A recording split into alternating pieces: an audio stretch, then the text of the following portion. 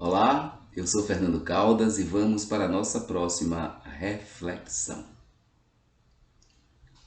Pois bem, hoje vamos refletir um pouco sobre uma circunstância, nós já falamos um pouco em outra reflexão, uma circunstância que nos toma contemporaneamente, que é essa bipolarização política que vai se alastrando por vários países e no Brasil já é uma força bastante firme, como nos Estados Unidos também.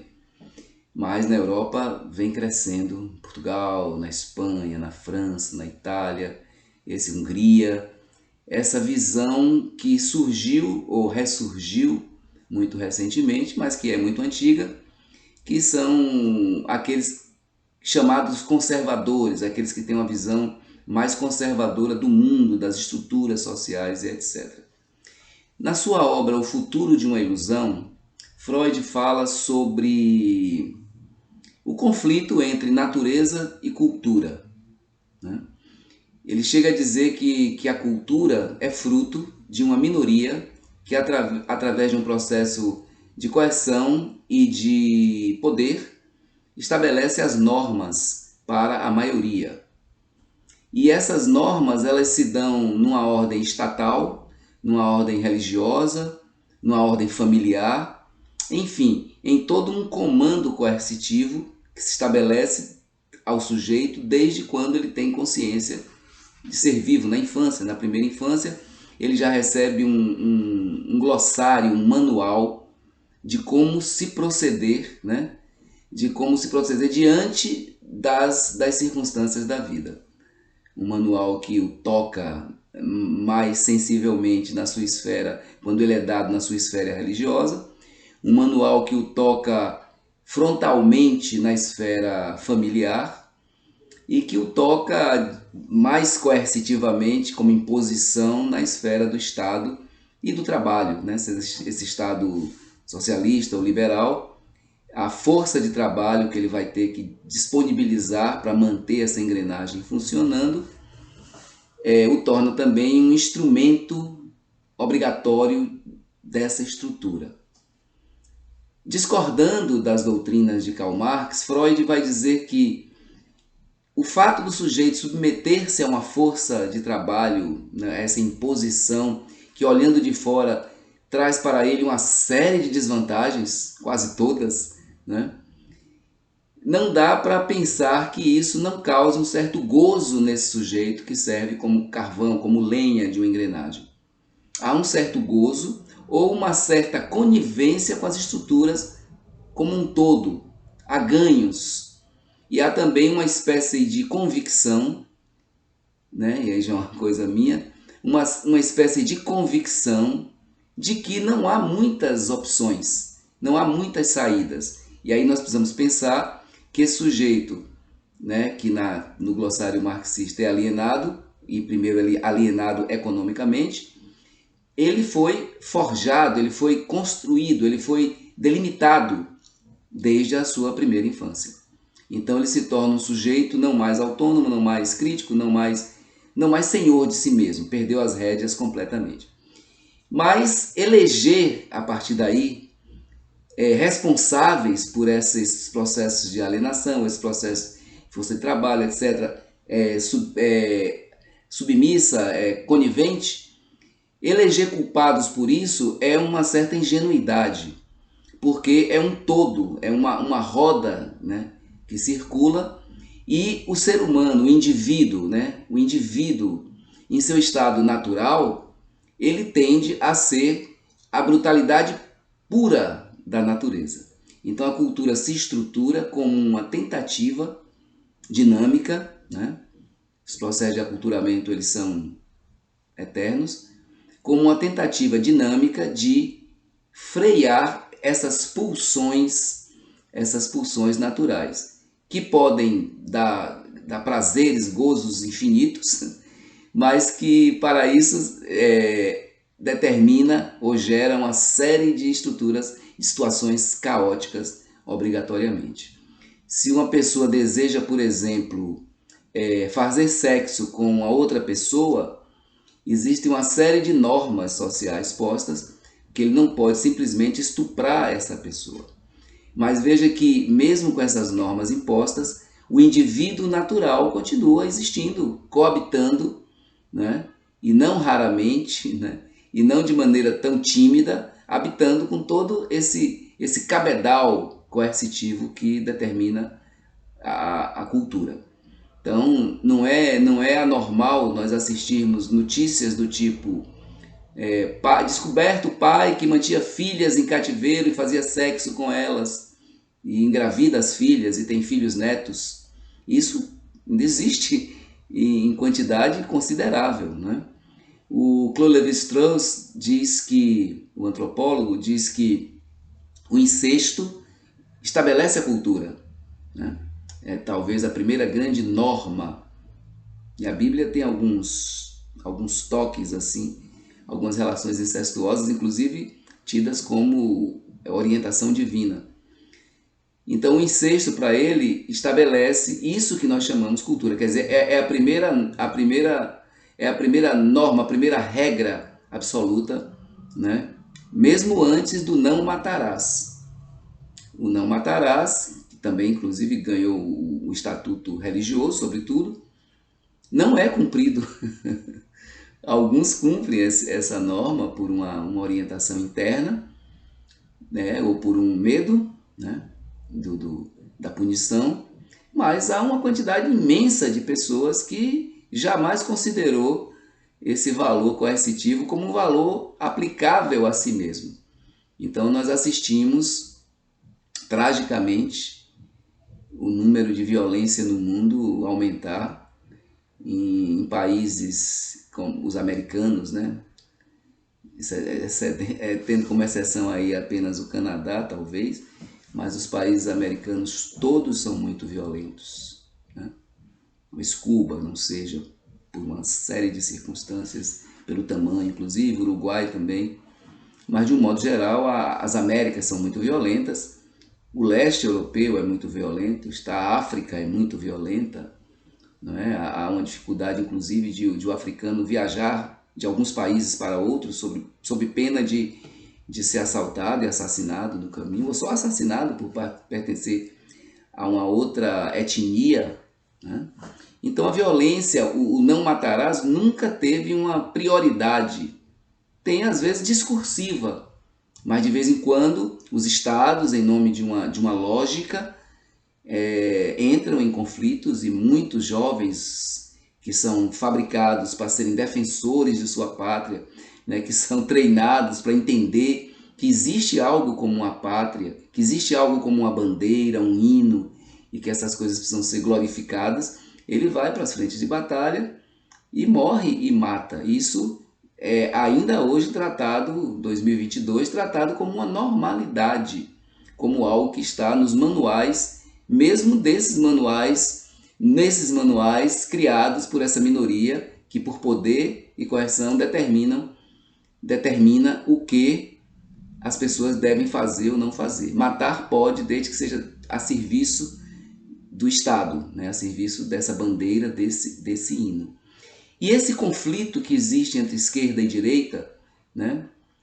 Também uma coisa que é mais forte na América do Norte, nos Estados Unidos propriamente e no Brasil, essa briga, ela acendeu nas pessoas esses programas que lhes foram postos, né, na primeira infância, que estavam meio apagados porque outros grupos minoritários, com uma outra narrativa, com um outro discurso, foram crescendo, especialmente nos governos democratas norte-americanos e nos governos de esquerda brasileiros. Quer dizer, essas novas, por assim dizer, minorias, né, que não são novas, né, muito recentemente, mas antes já existiam, elas se impõem na década de 1960, quando as mulheres queimam o sutiã, os gays vão para as ruas e dizem temos nossos direitos, os negros, os índios, os ambientalistas. A década de 60 ressurge com mais força, depois de algumas gerações, pulando algumas gerações. E nos governos de esquerda ou dos democratas americanos, esse discurso ganha força, essa narrativa ganha força, e ela entra nas universidades, ela entra nas escolas, e ela entra nas ruas, né, nas comunidades, fazendo frente ao discurso tradicional que era quase lugar comum, né? Era quase uma verdade divina posta.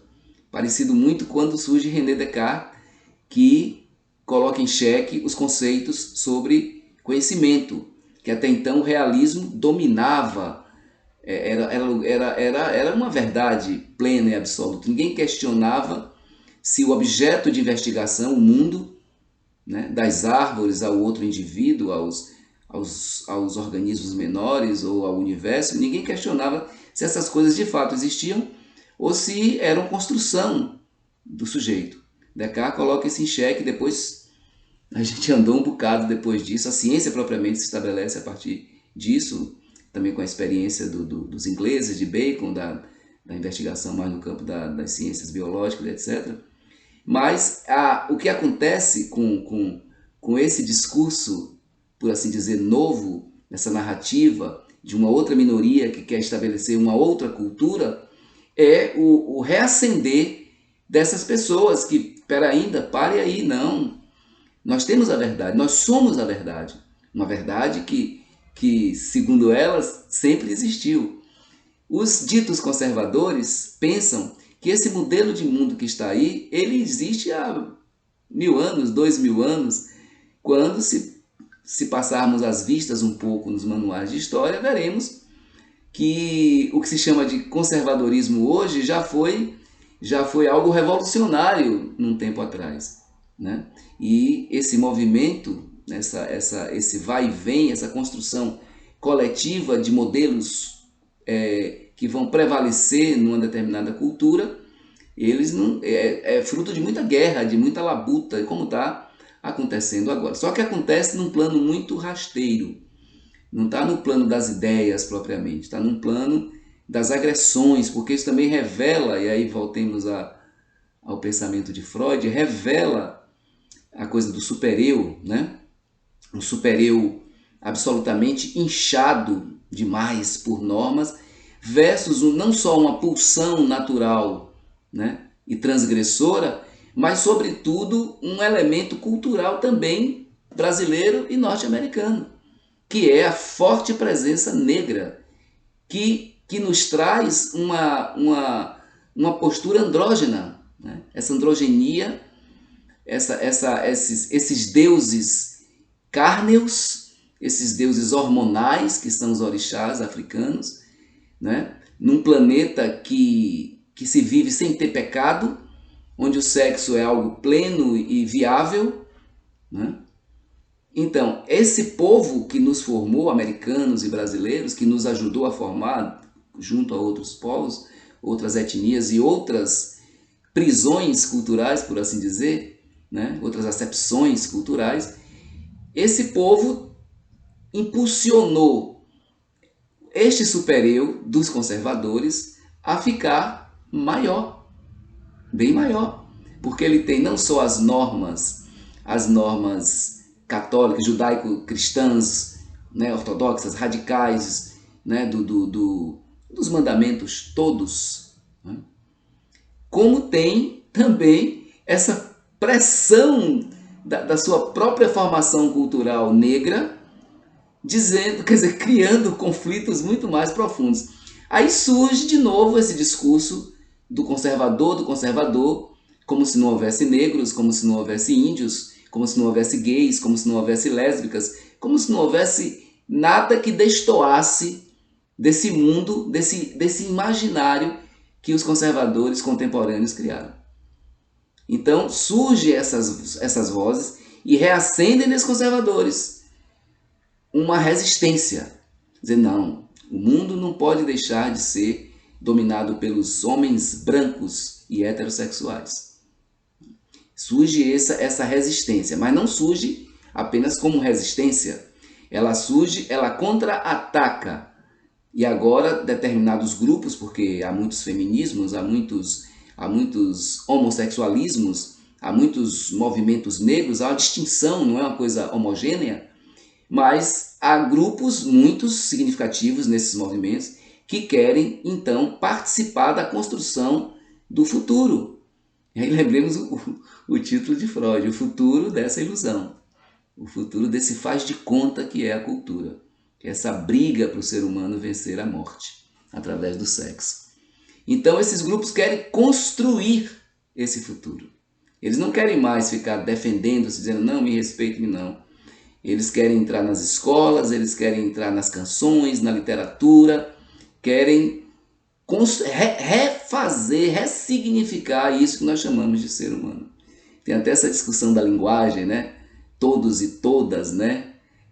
Eles botam um X no lugar do A e do O. Isso é uma coisa, é uma falta de certo conhecimento de linguística, né? De psicologia, achar que impor uma forma de falar vai transformar alguma coisa. Aliás, tem uma solução simples para isso. Quando nós falamos ser humano, nós falamos no masculino. Então, quando fizermos um texto falado ou escrito ser humano, a gente bota o O, o ser humano. E quando falarmos pessoa, a gente bota o A, pronto. As pessoas precisam ser mais dignas, então a gente bota o A. Então, não precisa mudar, criar um vocabulário para isso, mesmo porque as questões são mais profundas e de ordem mais ética. Por falar em ética, a gente fala do indivíduo, o indivíduo natural. Esse indivíduo natural, como ele comete assassinato, ele comete incesto, ele comete corrupção, essas coisas continuam existindo, né? Rompendo toda a imposição ou a suposta imposição, já que em termos reais, muitos ditos representantes do Estado, da Justiça, do Executivo, do Legislativo, são envolvidos também em assassinatos, corrupções e incestos. Então, é uma espécie de faz de conta. Claro que tem nações onde essas questões são mais respeitadas e as pessoas são mais punidas, não é? O Michel Foucault criou toda uma literatura tentando fazer uma genealogia, buscar as matrizes dessas questões coercitivas todas, né? Numa espécie de utopia gay que ele tinha de que seria possível construir um mundo livre disso. É o pensamento dos anarquistas, né? O fim do Estado, né? Como se o Estado fosse um ser por si mesmo, não fosse uma construção desse indivíduo natural. E aí entra uma questão muito interessante. O indivíduo natural, que é proibido de sozinho cometer atos, salvo se ele tiver um poder extremo, for um chefe de nação, um ditador, ou for uma pessoa bilionária, ele pode ter uma certa liberdade, mas mesmo assim uma liberdade muito menor do que a que ele tem enquanto grupo de poder. Então essa é a descoberta desses movimentos identitários de esquerda, de que, sendo grupo de poder, eles podem ir construindo a história cultural dos povos. É esse conflito que nós vivemos de forma contemporânea. Então, Sócrates, né, Platão, através de Sócrates, diz que a virtude não é algo ensinável. Essa frase é muito interessante, porque você pode ensinar conceitos, você pode formar, por exemplo, você pode introduzir na escola a ideia de que não existe menino e menina. Você pode botar os meninos para brincarem de boneca, as meninas para brincarem de revólver. Pode fazer tudo isso, você pode condicionar comportamentos. Mas, segundo Platão, é impossível condicionar virtudes. Elas não são ensináveis, né? Então, se uma virtude não se pode ser ensinada, aí Platão diz, então será que ela é adquirida? Será que os genes passam isso? E ele próprio vai dizer de forma nenhuma. Há uma série de exemplos de pessoas que são nefastas, filhas de pessoas maravilhosas, éticas, corretas, e o inverso, pessoas que são muito nefastas, muito ordinárias socialmente, que têm filhos maravilhosos, que colaboram com os processos positivos, luminosos da existência. Então não é adquirida e nem é ensinada. Isso mostra uma conclusão que a gente vai terminar o vídeo, que é o seguinte: esses movimentos identitários de esquerda versus os movimentos conservadores da direita, eles querem apenas ter o poder dominante. Enfim, querem que o mundo caminhe a partir de suas perspectivas, que são perspectivas do indivíduo natural reunidas em busca de uma hegemonia, em busca de um domínio que dê algum gozo. E aí a gente entra com o segundo elemento, né? essa luta toda de estabelecer uma cultura contra a morte, precisa ter gozos que reafirme a vida, né? E que nos coloca necessariamente como um indivíduo natural entre sexo e morte. Como o desfecho, qual vai ser a ilusão desse futuro que nós estamos criando, nem os astrólogos ou os tarólogos podem adivinhar, né? Porque ele, com uma coisa, eu acho que a gente pode afirmar, ele será fruto de um caldeirão liquidificado, né? Todos esses elementos estão sendo postos num grande liquidificador, né? Nessa biosfera imagética do planeta, e sendo batido em velocidade máxima. E o caldo que isso vai dar, nós não podemos supor. Não acredito que haverá uma dominância, né? Uma dominância, mesmo porque nós somos ainda um bicho com suas peculiaridades, né? E a neurociência tem avançado nisso, mas também não vai ser um mundo neurocientífico ou psicanalítico, né? Eu creio que vai ser realmente a grande mistura disso, a resultante desse grande embate. E não será também o fim, né?